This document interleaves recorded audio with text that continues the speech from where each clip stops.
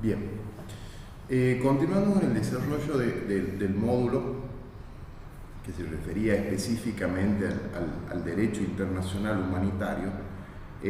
me pareció importante también incluir o hablar en el desarrollo del mismo sobre el derecho internacional de los refugiados. Éxodos masivos de población, torrentes de personas sufrientes, lo vemos en el conflicto de Siria, por ejemplo, que ha sacudido a la humanidad, que ha tomado conciencia del problema de los refugiados, que se ven forzados a abandonar sus zonas de residencias legítimas y prácticamente invadir otros estados de acogidas debido a violaciones graves del derecho internacional, de los derechos humanos y del derecho internacional humanitario en sus países de origen, y que obliga, en este caso, a una protección especial que es la que le brinda el derecho internacional de los refugiados, como en el caso del derecho internacional humanitario se la brindaba a la persona humana en esa situación de excepción que es el desarrollo de un conflicto armado de tipo interno o de tipo internacional. En este caso la protección viene de la mano de determinadas circunstancias y de la calidad de la persona que se ha visto obligado a abandonar su zona de residencia por un temor fundado de vida y que se obliga a desplazarse de su lugar de residencia habitual. Vale una aclaración inicial: si esa persona ha traspuesto las fronteras del Estado que legítimamente tiene su nacionalidad, se transforma en un refugiado. Si esa persona no transpone la frontera y se desplaza acá, o sea, de ese temor dentro del territorio del mismo Estado, se trata de un desplazado interno. Pero para definirles a ustedes lo que es un refugiado, voy a la definición del ACNUR, el Alto Comisionado de las Naciones Unidas para los Refugiados, creado en el año 1950, con el encargo especial de velar por la protección de los refugiados, y que lo define como toda persona que se ha visto obligada por el temor fundado de persecución a abandonar su lugar de residencia habitual. Y esta definición la voy a complementar con una más específica, a mi modo de ver, que es la que nos proporciona la Convención para la Organización de la Unidad Africana, que en el desarrollo de una normativa más específica de protección a los refugiados hace una definición más ampliada de refugiado y nos dice: toda persona que, temiendo fundadamente de ser perseguida por causa de su religión, de su nacionalidad, de la pertenencia a un grupo social, por su opinión política, se encuentra fuera del país cuya nacionalidad posee y no puede y no quiere, a causa de ese temor fundado, volver al país de su nacionalidad. O si no tuviera nacionalidad, que es el caso específico de la apátrida, tampoco pudiera volver o no quisiera volver por ese temor fundado al país que era de su residencia habitual. Y también amplía la definición de refugiado a aquellos que sufren por una ocupación exterior, por una agresión extranjera, y que se ven obligados también a desplazarse, como cuando se ven obligados a desplazarse por graves acontecimientos o perturbaciones del orden interno que los obligan a abandonar las zonas que legítimamente ocupaban. En el marco del derecho internacional de los refugiados, cuando se violan derechos, estos derechos normalmente tienen una doble dimensión, que es la de la autoridad que origina o originaria, y también la violación de esos derechos puede darse a partir de una autoridad de acogida. Y lo explico esto. En el contexto de este movimiento, de este éxodo de personas, normalmente tenemos grandes masas humanas, sufrientes, torrentes de personas que se desplazan y normalmente cuyos derechos, sea que lo contemplemos desde los derechos humanos, desde el derecho internacional humanitario, son sistemáticamente violadas. Y en este contexto hay un estado de expulsión, normalmente un estado no desarrollado, un estado poco o nada democrático, que es el estado causante de los flujos de movimiento de población que se ven obligados a desplazarse. Pero no seamos ingenuos, normalmente a la par de este estado de expulsión hay un estado de alimentación, que son aquellos estados que procuran satisfacer sus propios intereses y que instigan, que alimentan, que facilitan, que sustentan los problemas en el estado de expulsión, que finalmente generan ese flujo masivo de población. Y aquí aparece, como decía la doctora Zlata, un estado de acogida, que normalmente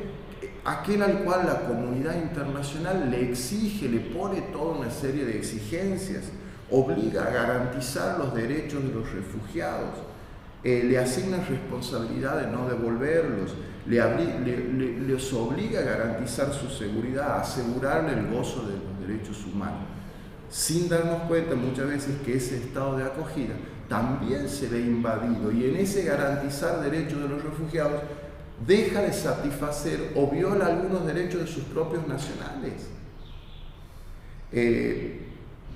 Y también una situación de graves violaciones a los derechos humanos y al derecho internacional humanitario, a pesar de que todos estos actores se obligaron al respeto de normas que son del Jus Cogens.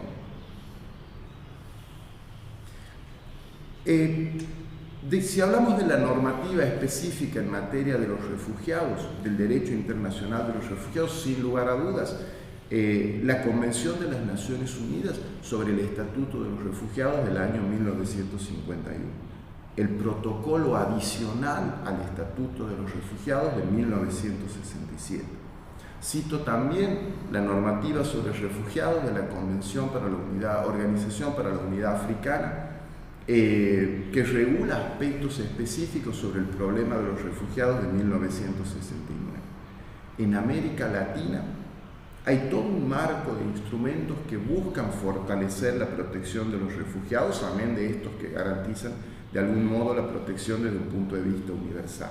La Declaración de Cartagena de 1984 a nivel regional, que va a reconocer todos los problemas relativos a los movimientos de los refugiados y la relación que tiene este movimiento de los refugiados con los conflictos armados de tipo interno fundamentalmente y con los disturbios interiores que soportó o que sigue soportando la región. La Declaración de México del año 2004 le da un carácter de Jus Cogens a un principio fundamental de las normas del derecho internacional de los refugiados, que es el de la no devolución, fundamentalmente la no devolución en frontera. La Declaración de Brasilia del año 2010, que viene a reforzar la protección para los desplazados, a quienes se vean obligados a desplazarse forzosamente, e incluye una protección específica para los apátridas. Y la Declaración de Brasil del año 2014, que insta a los Estados partes a trabajar para mantener esos estándares de protección para quienes se vean obligados a desplazarse forzadamente. El refugiado tiene protección desde el punto de vista del derecho internacional de los derechos humanos. El Pacto Internacional de Derechos Civiles y Políticos consagra expresamente el principio de no devolución, salvo que hubiera una decisión legal y bajo un debido proceso, por ejemplo, a ser oído, derecho a un recurso judicial. La Declaración Universal de Derechos Humanos, en su artículo 14, consagra el derecho a buscar asilo, a recibir y a gozar de él. En el ámbito regional, la Declaración Americana de los Derechos del Hombre consagra en el artículo 27 el derecho a buscar y a recibir asilo. La Convención Americana sobre Derechos Humanos de 1969 consagra el derecho a la no expulsión, prohíbe la expulsión colectiva de extranjeros en su artículo 22, inciso 9. El extranjero no puede ser expulsado a un país donde su vida está en riesgo por causa de la raza, por causa de la nacionalidad. Las normas del derecho internacional humanitario también ofrecen protección a los refugiados. Lo hacen desde un punto de vista de un estado de excepción, que es el estado de conflicto armado interno de tipo internacional. Recordamos cuando analizábamos las principales normas o instrumentos del derecho internacional humanitario, que son los 4 convenios de Ginebra y que son los protocolos adicionales que vienen a completar el marco de protección del derecho internacional humanitario.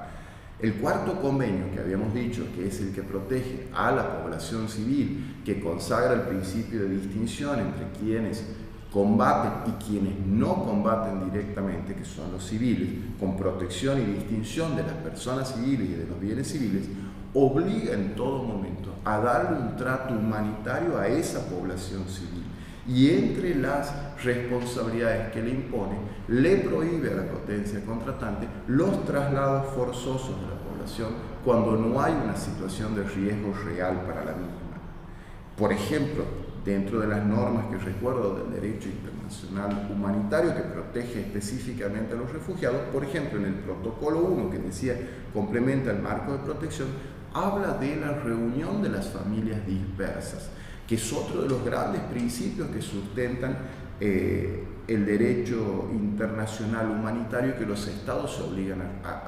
y se comprometen a respetar. Y dentro del derecho internacional de los refugiados también, que es el principio a la reunificación familiar. Se dan situaciones muchas veces que familias deben ingresar por distintos lugares en busca de refugio. La idea es que aquellas comisiones para determinar las calidades de refugiados, amén de respetar el principio de la no devolución, hasta que se concluya ese proceso que decíamos, se inicia con la comprobación de los hechos invocados por quien solicita la calidad de refugiado y continúa con la determinación de su calidad de refugiado, que en caso de ser negada, determinación de la calidad de refugiado que tiene que cumplirse con todas las garantías del debido proceso, y que si concluyera, por ejemplo, en que la Comisión Nacional para los Refugiados negara esa calidad, pueda ser revisada judicialmente. Esos principios tenemos, el de no devolución, y tenemos también fundamentalmente el principio de reunificación familiar. El derecho, si hablamos del derecho internacional de los refugiados, hay también una referencia directa al derecho penal internacional. ¿Por qué? Porque quienes violan estos derechos son personas físicas. Y en el derecho penal internacional hablamos ya no de la responsabilidad de los estados, hablamos de la responsabilidad penal individual. Lo hemos visto al analizar la Corte Penal Internacional con sus antecedentes del Tribunal Penal para la Yugoslavia, de Ruanda, el Tribunal de Nuremberg y la institución de la Corte Penal Internacional. Y aquí podemos hablar de crímenes de guerra, y podemos hablar también de crímenes de lesa humanidad, ambos de competencia específica de la Corte Penal Internacional. Si hablamos de crímenes de lesa humanidad, recordemos lo que hablábamos: ataque generalizado y sistemático contra la población civil con conocimiento de dicho ataque. Y aquí, dentro de los derechos o de los actos que podían constituir un crimen de lesa humanidad que habíamos mencionado momentos antes del desarrollo del módulo, hablábamos de la deportación, hablábamos del traslado forzoso de la población sin motivo, razón de seguridad de las zonas que legítimamente vienen ocupando. O hablamos también de la persecución, o sea, privar a esa persona humana de sus derechos fundamentales. Cuando revisten las características de generalizado y sistemático contra la población civil, hablamos que es un crimen de competencia de la Corte, que hablamos que hay un crimen de lesa humanidad. Y si lo enfocamos como un crimen de guerra, cuando estos se producen en el marco de un conflicto armado, también hay un crimen de competencia de la Corte. Fundamentalmente se prohíbe el confinamiento ilegal de la población civil, el traslado ilegal, la deportación. Por ejemplo, cuando la potencia contratante se transforma en una ocupante del territorio extranjero, puede constituir un crimen de guerra. Y también podemos analizar el derecho internacional de los refugiados en el contexto del sistema general de protección establecido por las Naciones Unidas. Pensemos solamente en el conflicto de Siria, millones de personas obligadas a desplazarse, con todos los problemas que traen para los estados de acogida, con violaciones sistemáticas a los derechos humanos de quienes se ven obligados a desplazarse y del derecho internacional humanitario en su contra. ¿Y a quién le cabe este rol fundamental en el sistema de Naciones Unidas? Al Consejo de Seguridad. De los órganos de Naciones Unidas, aquel capaz de determinar si hay una situación que ponga en peligro la paz y la seguridad internacional es el Consejo de Seguridad. Y hasta el hartazgo hemos dicho que estas situaciones de desplazamientos masivos por violaciones sistemáticas de los derechos humanos y el derecho internacional humanitario son situaciones que ponen en peligro la paz y la seguridad internacional. Tomemos el conflicto de Siria. ¿Cuántas personas obligadas a pedir refugio? ¿Cuántas situaciones conocemos cada uno en los lugares cercanos a nosotros? ¿Y qué resoluciones ha tomado el Consejo de Seguridad? Normalmente la crisis humanitaria que se inicia en el 2011, recordemos, por las protestas masivas en contra del régimen de Bashar al-Assad y una represión en contra de las mismas que origina en el marco de lo que se llamó la Primavera Árabe, los primeros conflictos que después se transformó en esta situación siria con la crisis humanitaria que todos nos conocen. Pero la primera resolución que se da en el 2012 fue lo que decíamos una condena por las violaciones cometidas por las autoridades sirias a los derechos humanos, pero también el abuso de los derechos humanos por los grupos armados rebeldes imbrincados en el conflicto sirio. Posteriores resoluciones, la 2258 del 2015, la 2268 del 2016, manifiestan una grave preocupación por la situación humanitaria siria. Reconocen los grandes esfuerzos dados por el secretario general de Naciones Unidas. Pero pareciera poco la respuesta en un Consejo de Seguridad que dispone del capítulo 7, que establece un sistema de seguridad colectiva. Tampoco la actuación de la Asamblea General de Naciones Unidas, que si bien en principio podríamos decir tiene un resorte subsidiario en caso de parálisis del Consejo de Seguridad, pero por la resolución 377, cuando el Consejo de Seguridad se encontrara paralizado, puede inclusive llegar a actuar y puede inclusive llegar a recomendar en el caso de este tipo de situaciones que amenazan la paz y la seguridad internacional. Y quisiera ahora traerles a colación, así como hemos hecho con el derecho internacional humanitario,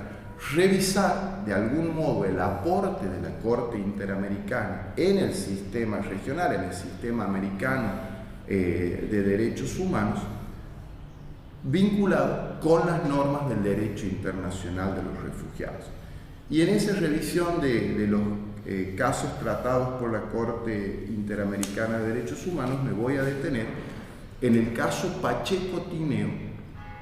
contra el Estado Plurinacional de Bolivia. En ese fallo, dictado en contra del Estado boliviano, la Corte Interamericana declaró al Estado boliviano responsable por las violaciones al derecho a la integridad personal, artículo 5, a las garantías judiciales, artículo 8, a la protección de la familia, artículo 17 de la Convención Americana de Derechos Humanos, artículo 19, la protección especial debidos a niños y niñas, el artículo 22, inciso 7, el derecho a buscar y recibir asilo, el artículo 25, el de la protección judicial. Violación al derecho a buscar y recibir asilo, violación al principio de no devolución, violación al derecho de las garantías judiciales fueron establecidos por la Corte Interamericana de Derechos Humanos cuando declara responsable internacional al Estado boliviano. Y le ordena qué medidas. Le ordena implementar todo un programa de capacitación dirigido a los funcionarios de la Dirección Nacional de Migraciones de ese Estado y también a los miembros de la CONARE, porque encontró violados derechos fundamentales como fueron el que dijimos, el derecho a buscar y recibir asilo.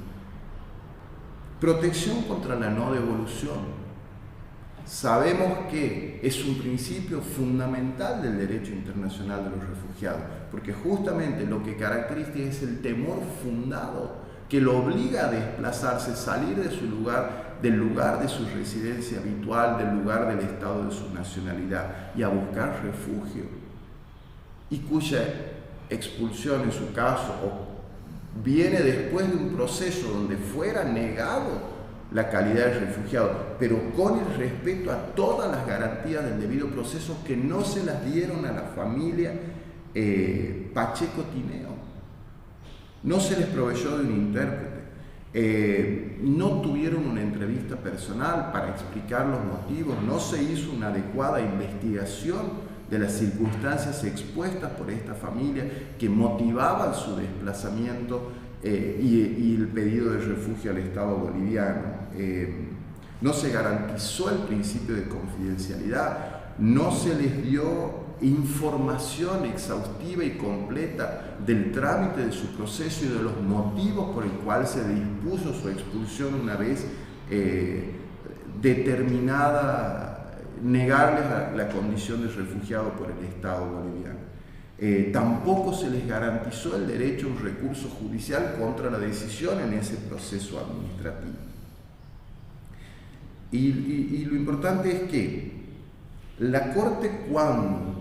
analizó el caso de la familia Pacheco Tineo, que trajo la denuncia,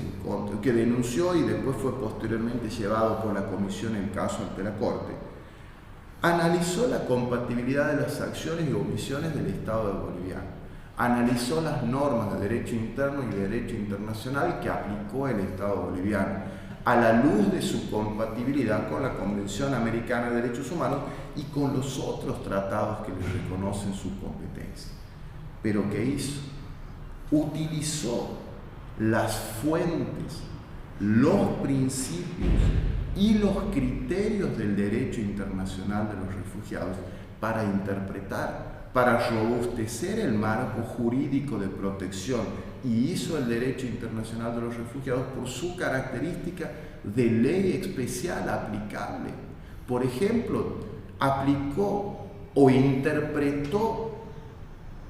a la luz de la definición de refugiado proporcionada por la Convención de las Naciones Unidas sobre el Estatuto de los Refugiados de 1951. Por ejemplo, utilizó las reglas de la ACNUR en casos de determinación de la calidad de refugiado, pero no lo aplicó directamente, al igual que no lo hizo con el derecho internacional humanitario. Interpretó para robustecerla, para darle un mayor alcance, todo en áreas a una convergencia, a una complementariedad, a una robustez en el